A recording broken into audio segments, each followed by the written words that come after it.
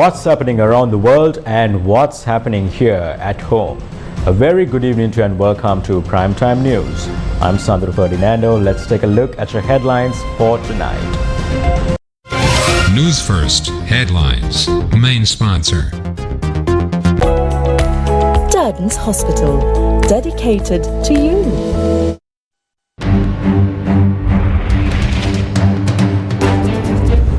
A disappointed Lakmalvirasiri says he is no longer prepared to remain idle in the government. හැබැයි මේ ඇමති මණ්ඩලේ ඉන්න පුබ්බඩයෝ කීප දෙනෙක්. එක් ඇමති මණ්ඩලේ ඉන්න පුබ්බඩයෝ කීප දෙනෙක්. ඒ පුබ්බඩයොත් එක්ක මට ප්‍රශ්න. අපිට උඩින් ඉන්නවා. අපි යාට්ටා කරන්න ඕන පුබ්බඩලා. Former SLPP MP reveals of a deadline given to provide ministries.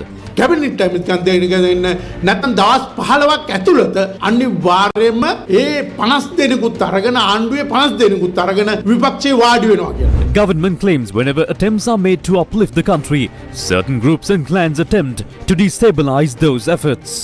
Civil groups question whether Broadcasting Authority Bill is being presented to suppress the media. Trade unions launch new struggle to protect the EPF and ETF. Chennai Super Kings claim IPL championship for a 5th time. News first, headlines. Main sponsor.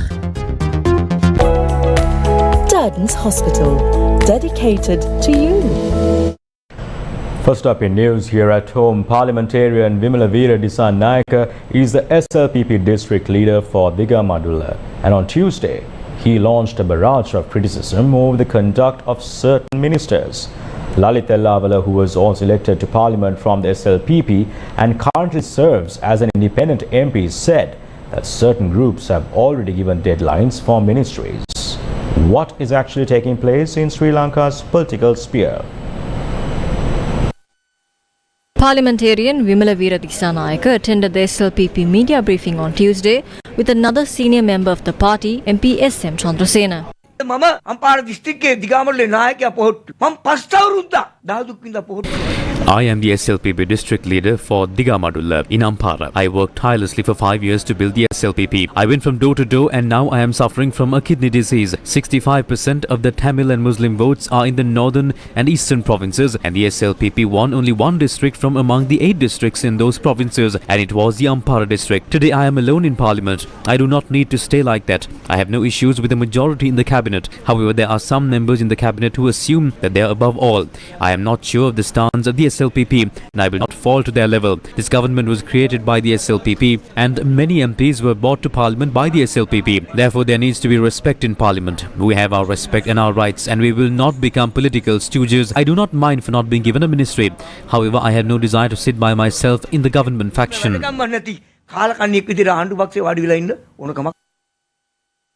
2 weeks ago, MP SM Chandrasena made similar comments. There are certain matters that we don't agree with. I won't deny that. If I am to step out, I will have to do so with 10 other seniors in the party. We have also suffered a great injustice, yet we continue to bear it all, as the government must continue forward for the sake of the people.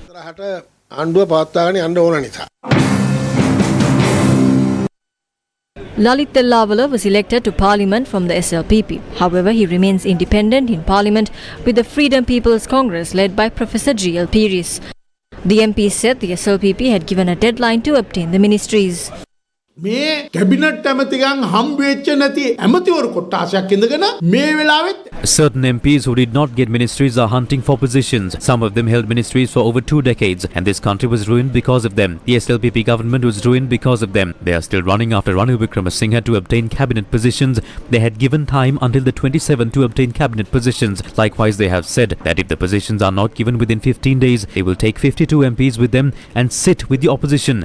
Why are they pressurizing the president to award them with cabinet positions within 15 days? Is it to serve the people and solve the issues? They cannot survive without those cabinet positions. They cannot survive without those benefits. Furthermore, they seek these positions to earn more.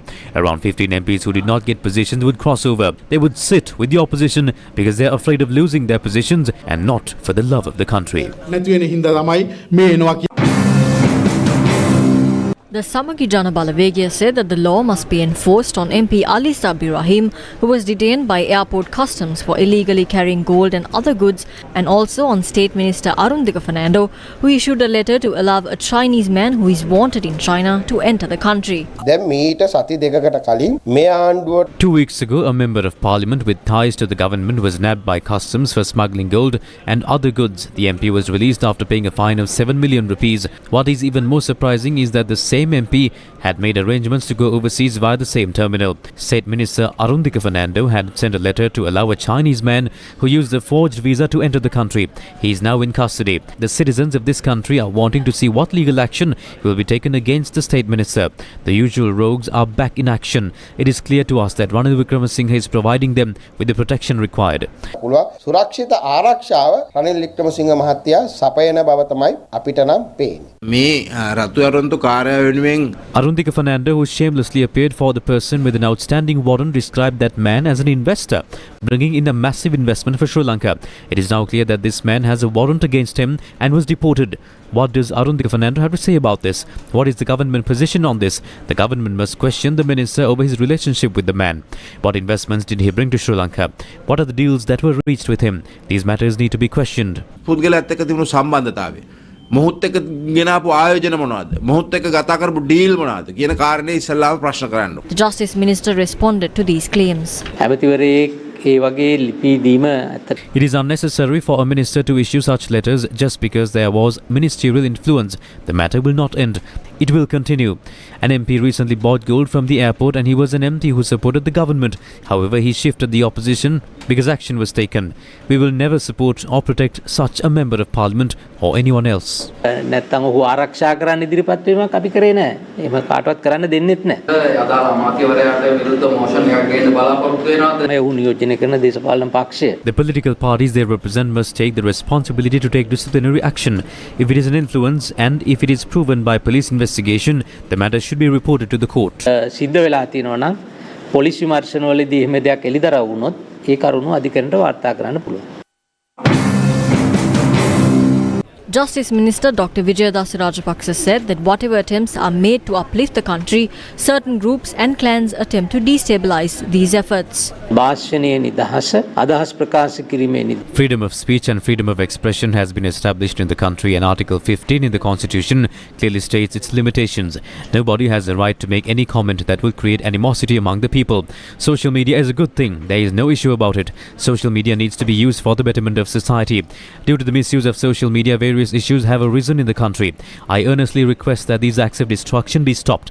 We believe there is international influence and local funding for this. We have been informed that certain Sri Lankans are working for money. Therefore, please do not involve the people's lives in this. මගින් මේ රටේ ජන ජීවිතය නැවතත් අඩාල කරන්නට එපයි කියලා. යම්කිසි දේශපාලන පක්ෂයක් හෝ දේශපාලන පක්ෂයක් නියෝජනය කරන පුද්ගලයෙක් ඔවුන් බලයට පැමිණීම සඳහා යම්කිසි ප්‍රයත්නයක් දරන කියලා සමාජයේ මතයක් දෙනවා. ඒක ගැන මට නිශ්චිතම I cannot give you a definite answer to that. We have not been given the full details yet. However, there is information to claim that this was happening over a period of time in a very organized manner. මින් ආපු දෙයක් බවට තොරතුරු තිබෙනවා. මේ වගේ ප්‍රකාශ නිකුත් කරාට පස්සේ යම්කිසි පැමිණිල්ලක් තියෙන්න ඕනේ. No, a complaint is not mandatory. Sri Lanka police has the power to note that a violation had taken place and police can act accordingly. Whenever attempts are made to uplift the country, certain groups and clans attempt to destabilize those efforts. Factions that are a part of this conspiracy made the recent comments in an attempt to incite tensions in the country again.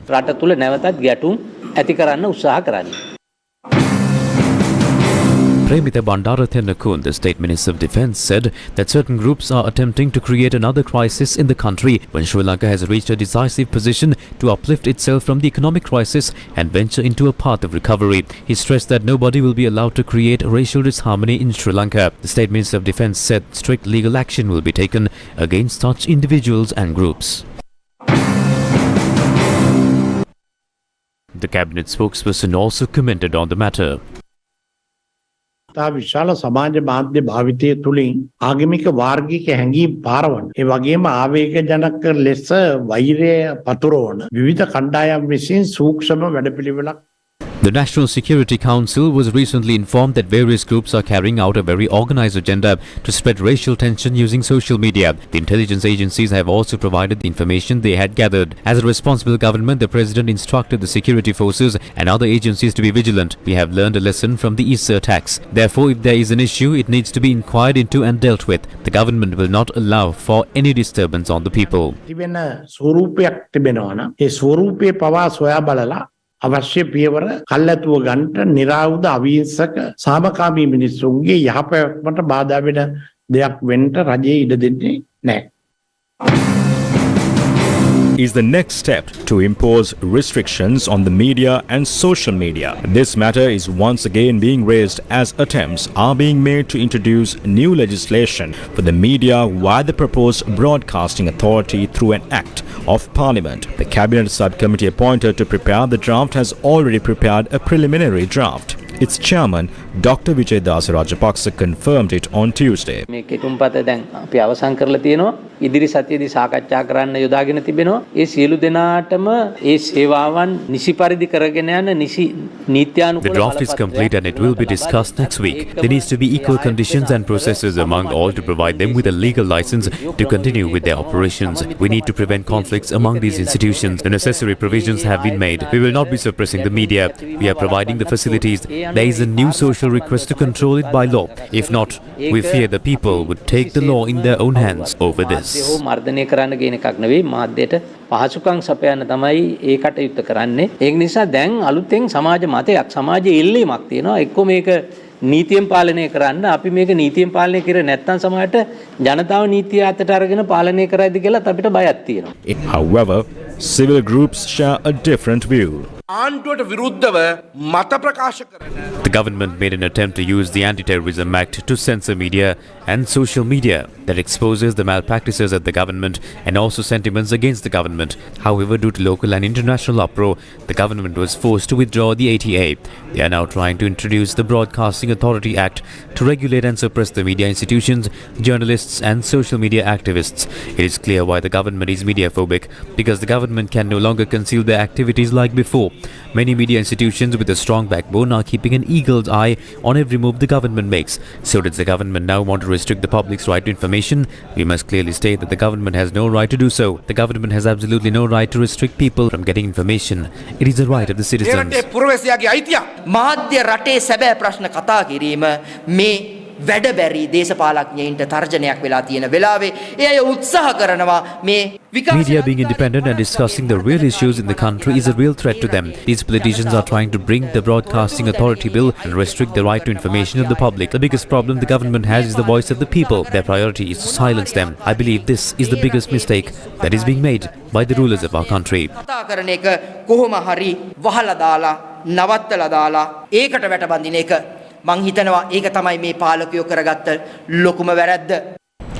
The Amnesty International South Asia Regional Office said that the International Covenant on Civil and Political Rights, also known as ICCPR, is being used in Sri Lanka to restrict freedom of expression. Amnesty International said it is concerned by the arrest of Natasha Edrisuriya. The Amnesty International South Asia Regional Office said that the right to freedom of expression applies to information and ideas of all kinds, including those that may be deeply offensive. It added that Sri Lankan authorities must ensure that all laws, policies and practices aimed at combating advocacy of hatred are drafted and applied in a strict manner so that they do not lead to unjustified restrictions of freedom of expression of minorities. The Amnesty International South Asia Regional Office said that Section 3(1) of the ICCPR Act, which introduces the ICCPR into domestic legislation, has been used time and time again to restrict freedom of expression. It said that Natasha Edrisuriya must be released and any pending charges against her must be dropped. The wife of social media activist Lakmalvirasiri filed a complaint with the CID on Tuesday, citing threats to the activist and his family. The wife of social media activist Lakmalvirasiri filed a complaint with the CID over a threat made to the activist's family, citing that they attended the program that features Natasha Edrisuriya, who was arrested and remanded. Lakmalvirasiri, who is currently visiting Australia, commented on the matter. We were invited and we attended. We never performed at that show. An image of us laughing is being circulated on social media. In addition to Natasha, many others performed there. We do not know when that image was taken and during which performance. We have received negative feedback and our families are being threatened. When the Rajangane Thero was arrested, he said it was Jerome, Natasha and Lakmalvirasiri who called for his arrest. We did not even visit that place to file a complaint. We are in Australia. My family is receiving threats. We demand an investigation into this and that justice be served. ඉවිත තර්ජන එන තැනට වැඩ කටයුතු කරන්නේ කවුද කියන කාරණාව ගැන විමර්ශනයක් කළා අපිට ඒකට සාධාරණයක් කරන්න කියන එක තමයි ඉල්ලන්නේ.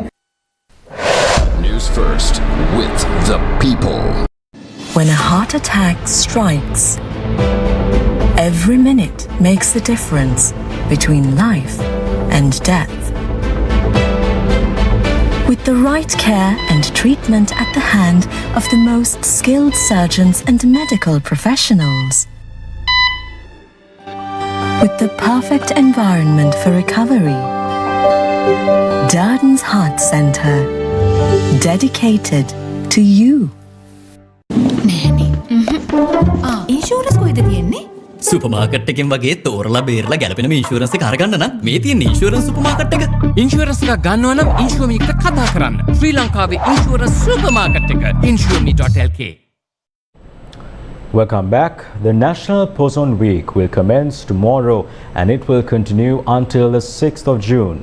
The National Poson Festival, which take place in Mehintale, Anuradhapura and Tantirimale. Devotees in large numbers are making their way to Mehintale, a turning point in the Mahindagamane events. However, due to a lighting issue, the road leading to Medamaluwa in Mehintale is in darkness.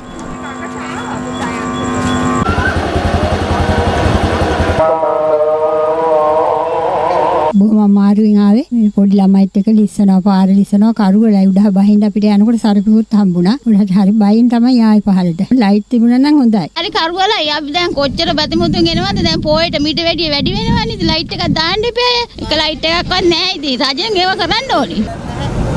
A program to collect funds for the Mehintale Poson Festival took place in Waligama.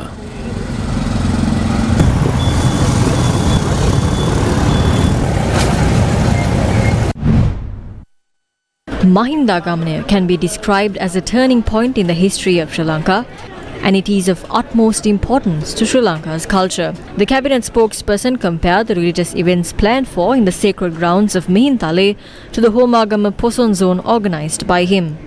උත්සවය ප්‍රධාන වශයෙන් පැවැත්වෙන්නේ මෙහින්තලේ. මෙතෙන්දී ඒගොල්ල බලාපොරොත්තු වෙනවා රජයෙන් යම්කිසි අනුග්‍රහයක් ලැබෙවි කියලා මේ ආලෝක පූජාව කරන්න. එහෙම තත්ත්වයක් තියෙනවද මතුව? පසුගිය වෙසක් වලට ජනාධිපතිතුමාගේ කාර්යාලයත් The President Office and the Prime Minister's Office held Vesak zones centering the Gangarama temple in Colombo.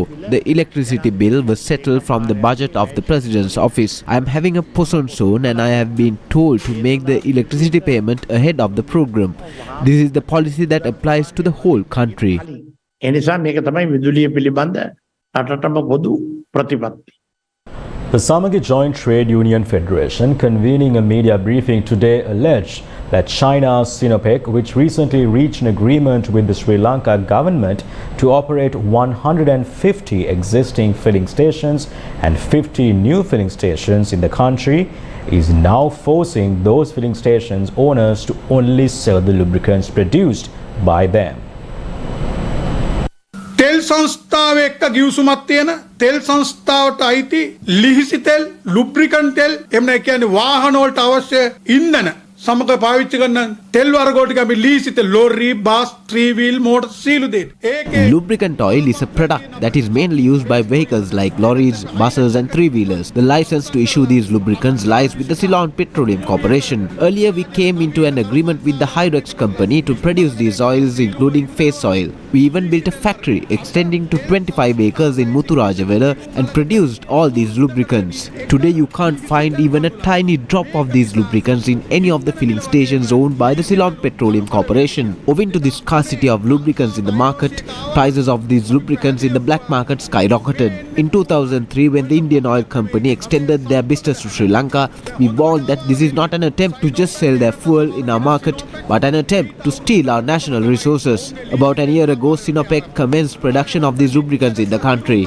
but they didn't have any filling station of their own to sell their products. They only carried out their sales through agents. But today, just like the IOC is selling the Servo-Indian lubricant in the 230 filling stations owned by them, the Sinopec company is also awarded with the opportunity to sell their Sinovac lubricant oil in the 150 filling stations owned by them now. Today they are reaching agreements with the filling station owners, demanding them to only sell the Sinovac lubricant oil in these filling stations for the next 20 years. This will definitely hit a deadly blow to the lubricant production in our country. Sinopec lage nala tiyena, Sinopec කියන, Sinopec කියන ලීසි තෙල් ටික මේ පිරුම්ගල් වලට 200ටම අනුයුක්ත වෙනවා. ඒතකොට රටේ අපේ ලීසි තෙල් ව්‍යාපාරේ නැති වෙනවා. Meanwhile, Power and Energy Minister Kanchana Vijayasekara has requested the Speaker to conduct an investigation via the Parliamentary Privileges Committee, citing that reports published by certain newspapers and websites, including the Arunda newspaper, had violated his privileges. In addition, Minister notes that he would take legal action over these reports as well.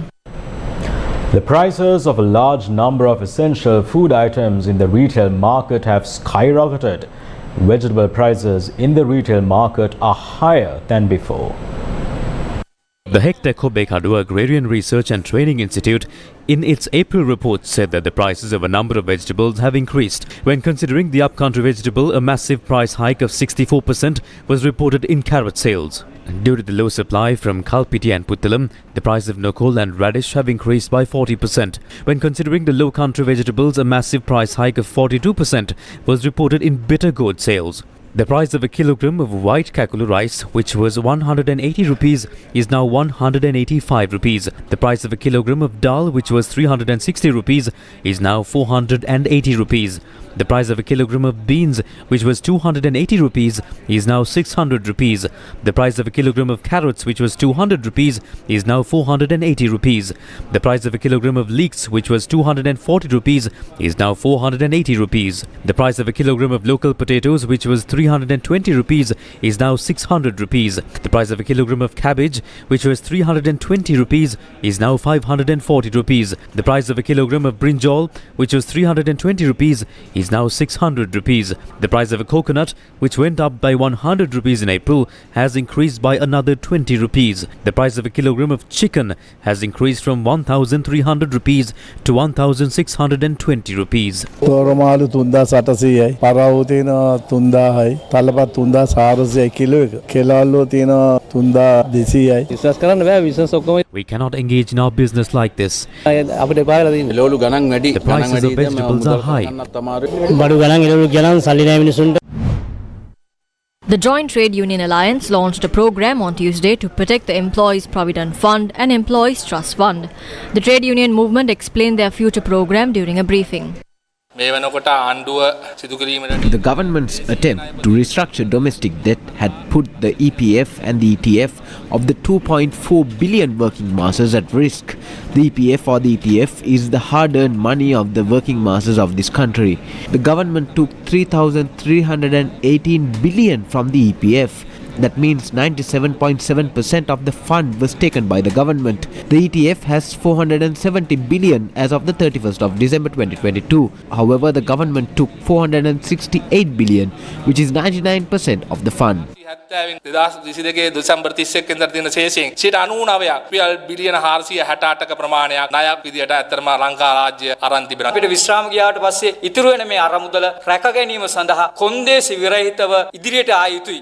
We need to unite unconditionally to protect the fund that will be left for us when we retire. We have decided to distribute handbills across the island from the 5th of May. Thereafter, we will launch strikes at workplaces. Then we will proceed to national level protest and a massive strike action.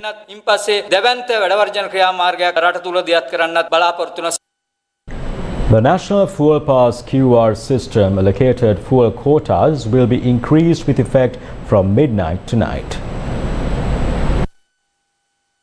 Registered taxi three-wheelers will receive 22 litres per week. Other three-wheelers will receive 14 litres per week and motorbikes 14 litres per week. Cars will receive a quota of 40 litres per week. Lorries will receive a quota of 125 litres per week. Vans will receive a quota of 40 litres per week.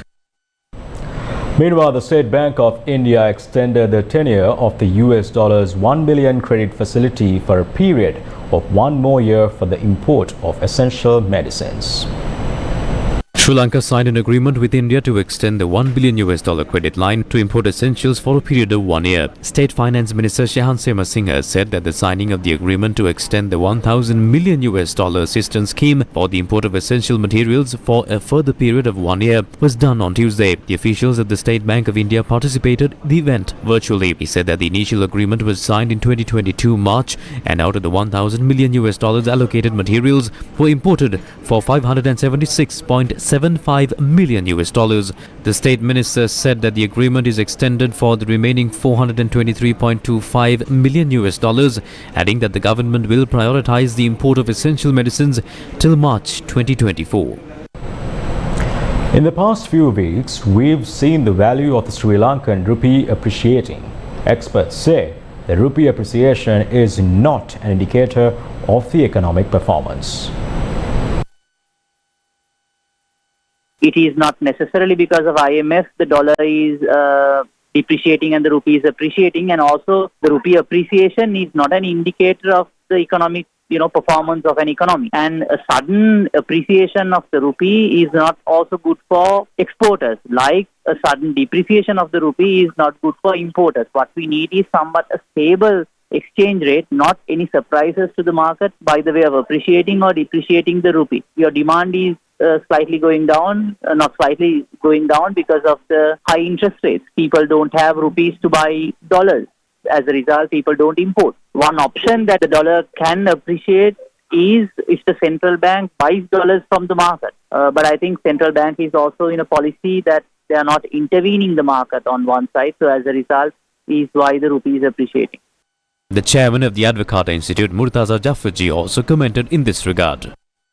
Because there has been a contraction in domestic demand and some of the firms are sitting on excess amount of inventory, there has been a greater compression in import demand. So the demand for dollars has come down. Second is that although exports are down, we have seen greater inflows coming on the service side, mainly through tourism, because the arrival numbers have gone up. And since the demand for imports have come down, and because of a lot of under-invoicing, etc., that happens in the import trade, the demand for the informal sector dollars through remittances has come down, and therefore you are seeing a greater flow of dollars coming through the formal channel. So it's a combination of all those factors that have led to the appreciation of the currency. In the short term, the fact that the currency has appreciated should reduce the cost of imports. Whatever that adjustment is made to prices, that will end up in lowering the rate of inflation. So when inflation comes down, affordability will improve, quality of life will improve, and also it will give space for the central bank to reduce policy rates going forward.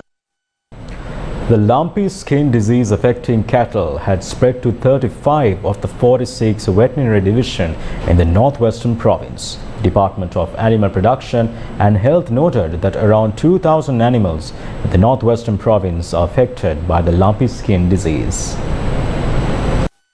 In late 2022, the lumpy skin disease was reported from the Trincomalee, Batiklo and Ampara districts in the eastern province.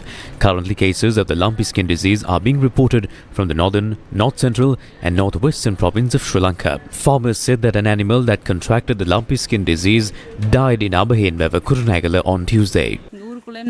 Most of the cattle had contracted the disease. Some cattle are dying and only 1% will be spared. If cattle fall ill, immediately contact the government veterinary office and then treatment can be provided. The symptoms are clear.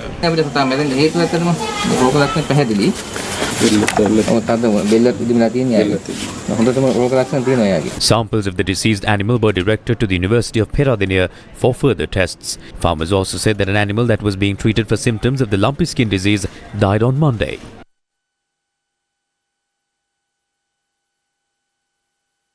We obtained medicine from the pharmacy and offered saline, but we could not rescue the animal.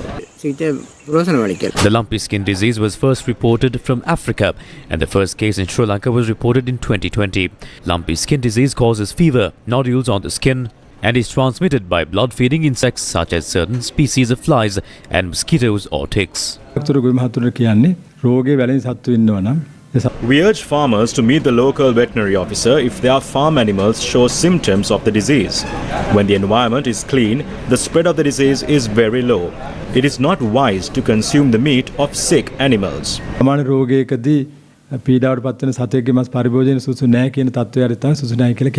The Minister of Agriculture noted that it is not possible for cattle to die from this disease. It is reported that it does not cause major damage to the cattle and it does not spread among humans. We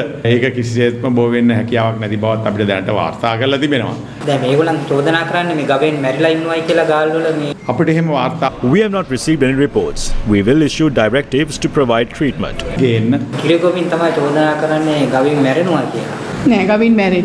Cattle won't die. They must have contracted some other disease. It is better to meet with local veterinary officers and send us the samples.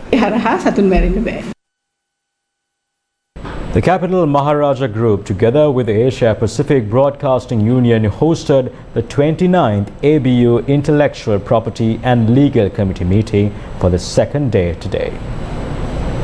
The Capital Maharaja Group, together with the Asia Pacific Broadcasting Union, hosted the 29th ABU Intellectual Property and Legal Committee meeting at the Stein Studios complex in Ratmalana. The highlight of Day 2 was a panel discussion on the topic of protection of broadcast signals, legal approaches. Gaidi Lang, the Senior Counsel of the Copyright Law Division of the World Intellectual Property Organization, spoke about the current status of the proposed Broadcasters Treaty and other legal approaches to protect broadcasters' signals. Facilitator and expert of WIPO, Yuka Leeds, explained the substantial provisions of the treaty. Of the 52 or 54 members of ABU, already a bit more than 10 are parties to the Rome Convention. So in those countries, the level of protection that is prevailing on domestic level in Sri Lanka is already in a sense of international protection in force.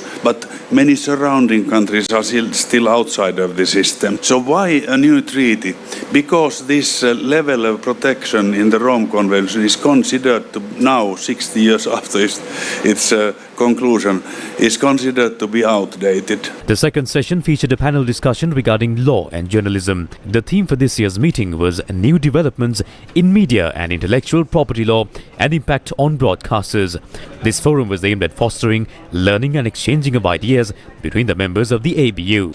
In the realm of media, the clash between privacy rights and freedom of expression is a constant battle as the media and journalists strive to uncover the truth, but sometimes at the cost of invading personal privacy. As society debates the boundaries, the delicate balance between these fundamental rights hangs in the balance. This discourse has intensified further by the rise of social media, which has brought the trends of delivering internet news as things happen, raising serious privacy concerns. The safeguarding of free expression is now widely regarded as a common good. Ideally, the media should contribute to the realization of the right to express unpopular opinions or to disagree with the point of view expressed by the majority. Defamation in South Asia, takes different forms. On the one hand, based on the charter, based on the, legal provisions that I have mentioned, in the Asia Pacific countries, there is enough provision either through the constitution or through statutory law to have to protect inherent dignity. The IPLC is the ABU's legal division's flagship committee, which deals with contemporary legal and regulatory issues related to the media and broadcasting industry. Transnational corporations, or the so-called TNCs, violate human rights, assuming that there are two different schools of thought on this topic, that at least some perfect human rights duties can be assigned to them, and then they have duties to protect and provide for human rights, assuming that special perfect human rights duties can be assigned to such categories. The significant economic power of TNCs, combined with their ability to act globally, enables them to choose the place with the most advantageous conditions in which to set up businesses. This will vary, often including those states offering the cheapest labor and the relaxed rules for the protection of human rights. Victims around the world have been subjected to the harmful activities of TNCs, suffering serious physical injury, death, adverse health effects, and damages to their incomes, environment, and livelihoods. Approximately 35 international delegates from across the Asia Pacific attended this event, which was addressed by speakers from the Asia Pacific and Europe. The Sri Lankan Navy said that 148 corpses were recovered from water bodies across Sri Lanka from the 22nd of May 2022 to 22nd of May 2023. The Diving and Salvage Unit of the Sri Lankan Navy renders its assistance to search persons who go missing in water bodies and recover bodies of drowned persons. In the past year, from the 22nd of May 2022 to the 22nd of May 2023, the Sri Lankan Navy has promptly rendered diving assistance and has recovered 148 corpses of people who died by drowning due to various cases. Among the 148 recovered by the Navy in the past year, there were 18 cases of misfortune during fishing and 111 incidents due to carelessness of people. The Navy provides free diving assistance to search for drowned persons and recover bodies in response to requests from police stations in various parts of the island. However, the Navy said it faces hardships in these endeavors as the price of diving equipment has risen steeply and they have to incur a considerable amount of money when transporting men and equipment to distant locations. By being cautious during daily tasks and fishing activities, it is possible to reduce the number of deaths caused by drowning in water bodies. Thus, the Sri Lankan Navy is urging the general public to be mindful and take necessary precautions in order to decrease the occurrence of drowning. Drowning is the second highest cause of accidental deaths in Sri Lanka after road accidents. We have found that on average 750 people drown each year. So that is 3.5 deaths in every 100,000 population. And also we have found that the highest number of accidents are reported among the children between the ages of 1 to 14 years, which occur in the drowning country due to water-related accidents. And also the primary reasons for such accidents are lack of water safety knowledge, negligence, ignorance, consumption of alcohol, using lack of water safety equipment, and not aware of regarding the safe places. So those are the main reasons for such accidents. So most of the drowning happens as a group. So that's a very common reason for when you're stepping into the water as a group, count your team members before and after get to the water. So that is very important. Be ready with a rope, a plastic bottle, a piece of any timber, a pole, or some material which could float to use for an emergency situation. Also, people who are unable to swim should not be allowed to go into the deeper water. Former Minister Lalith Dissanayake engaged in a Twitter spat with Ricky Gervais, one of the most famous comedians. This tweet exchange was on freedom of expression.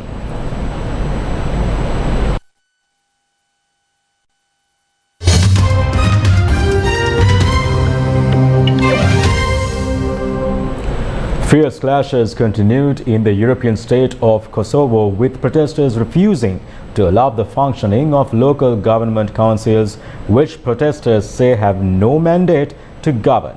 Protesters hurled petrol bombs and NATO soldiers who responded with tear gas.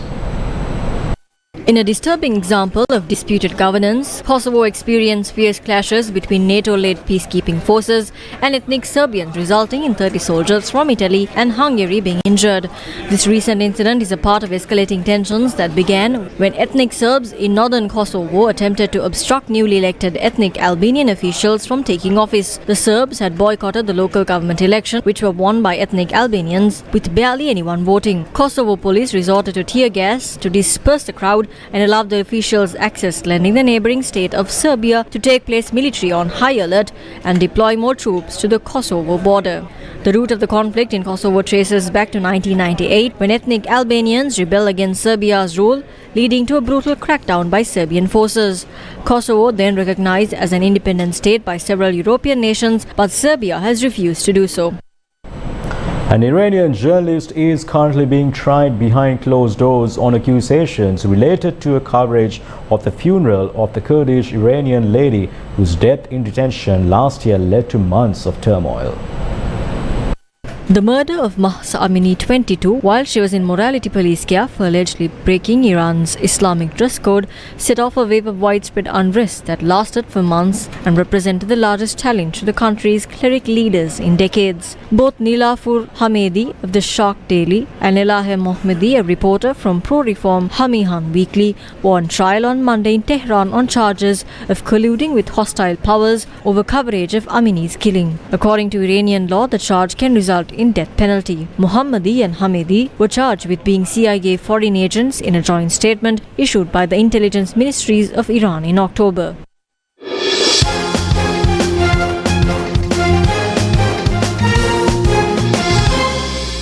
Chennai Super Kings defeated Gujarat Titans by 5 wickets to clinch a record-equalling 5th Indian Premier League title.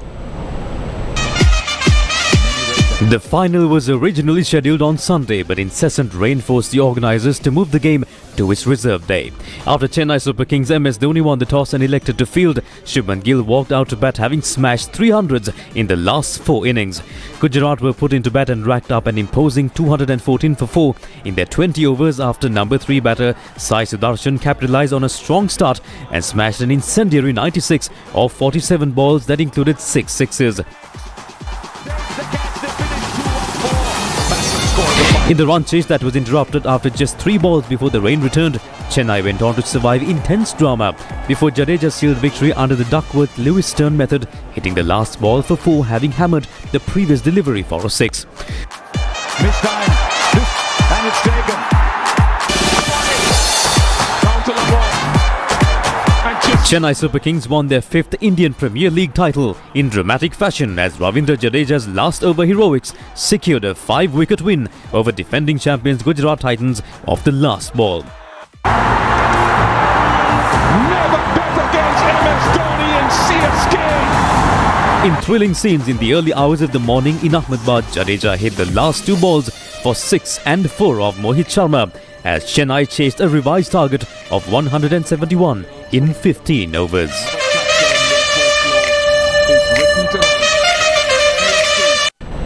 And with that, wrap up news for tonight. Thank you very much for joining us. Do take care and good night.